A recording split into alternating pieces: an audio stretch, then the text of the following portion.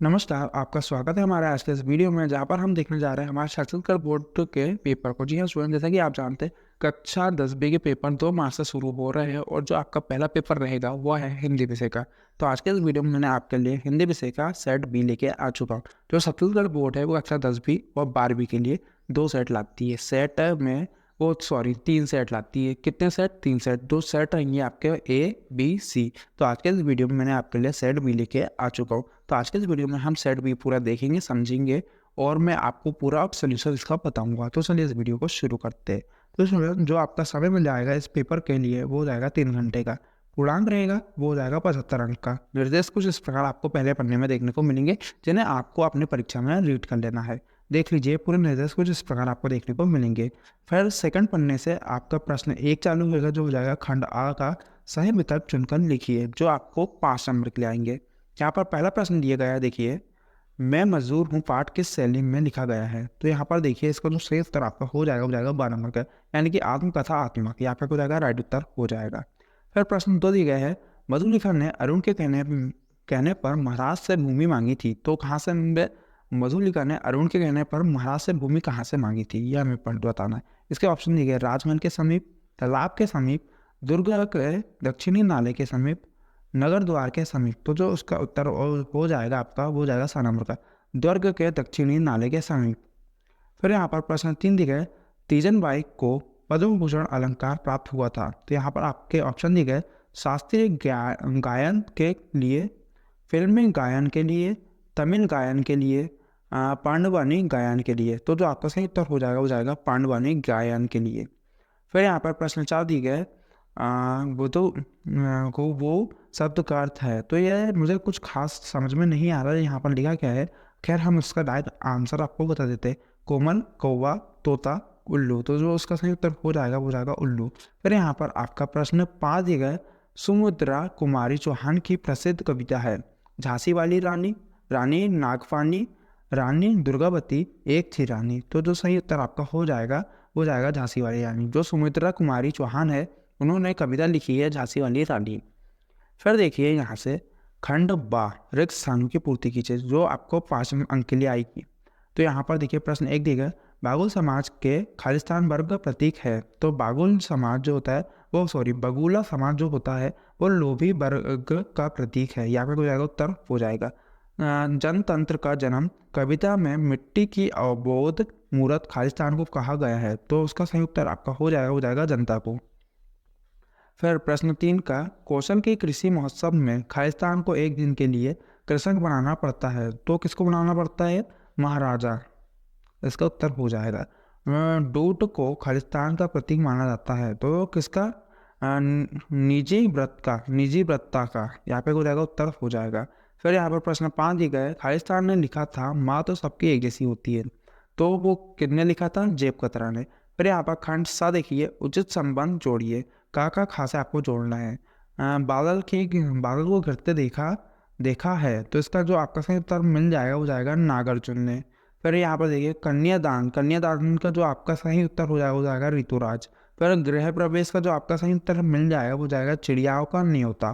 फिर यहाँ पर देखिए मारिया का जो आपका सही उत्तर हो जाएगा वो जाएगा मृत्यु भोज। फिर जीवन का झरना का आपका सही मिलान हो जाएगा वो जाएगा आगे बढ़ने की प्रेरणा, जो आपके पूरे के पूरे ऑब्जेक्टिव हो जाएंगे। यहाँ से प्रश्न 2 है आपके, हिंदी गद्य साहित्य की पहली कहानी का नाम लिखिए। फिर सीखिए प्रश्न 3 में देखेंगे काले माथे वाली चिड़िया किस तरह मछली पकड़ती है।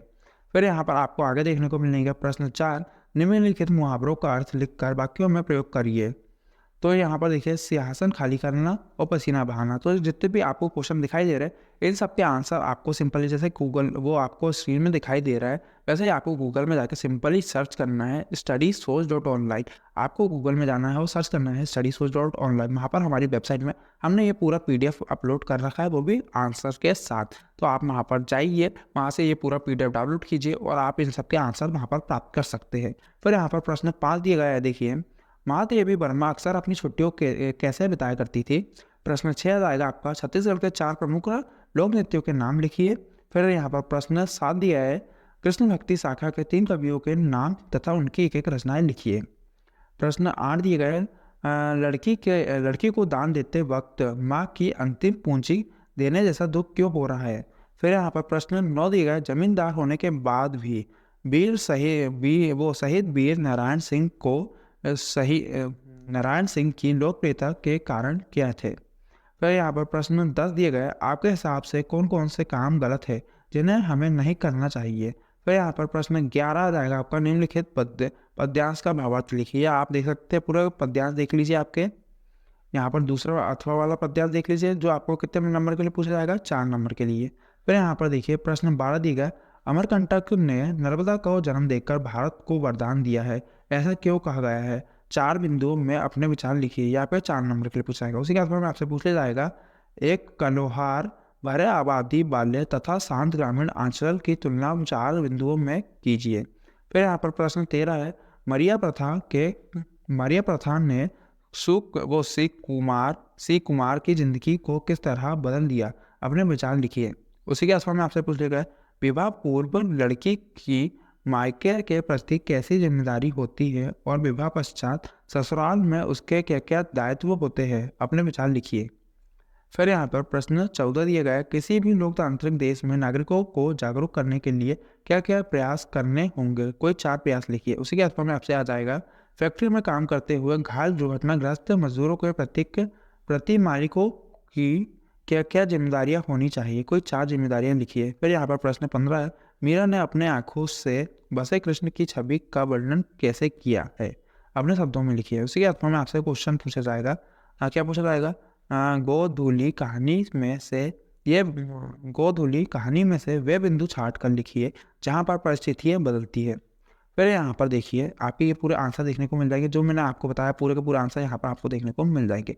फिर इसके बाद आपको क्या करना है, यहाँ पर देख सकते हैं आगे के क्वेश्चन दिखा दे रहा हूँ मैं आपको, और जितने भी आंसर मैंने आपको अभी यहाँ पर दिखाया वो सब आपको StudySolve.online में मिल जाएगा।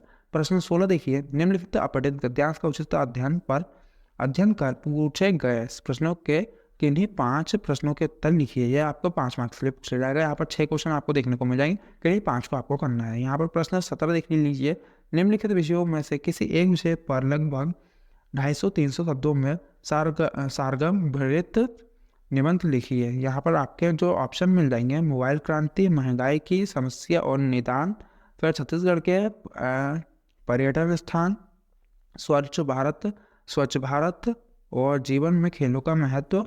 और यहाँ पर फिर आ जाएगा आपका प्रश्न 18, सचिव माध्यमिक शिक्षा मंडल रायपुर की कक्षा 10वीं बोर्ड परीक्षा की अंक सूची की द्वितीय प्रति प्राप्त करने के लिए एक आवेदन लिखिए।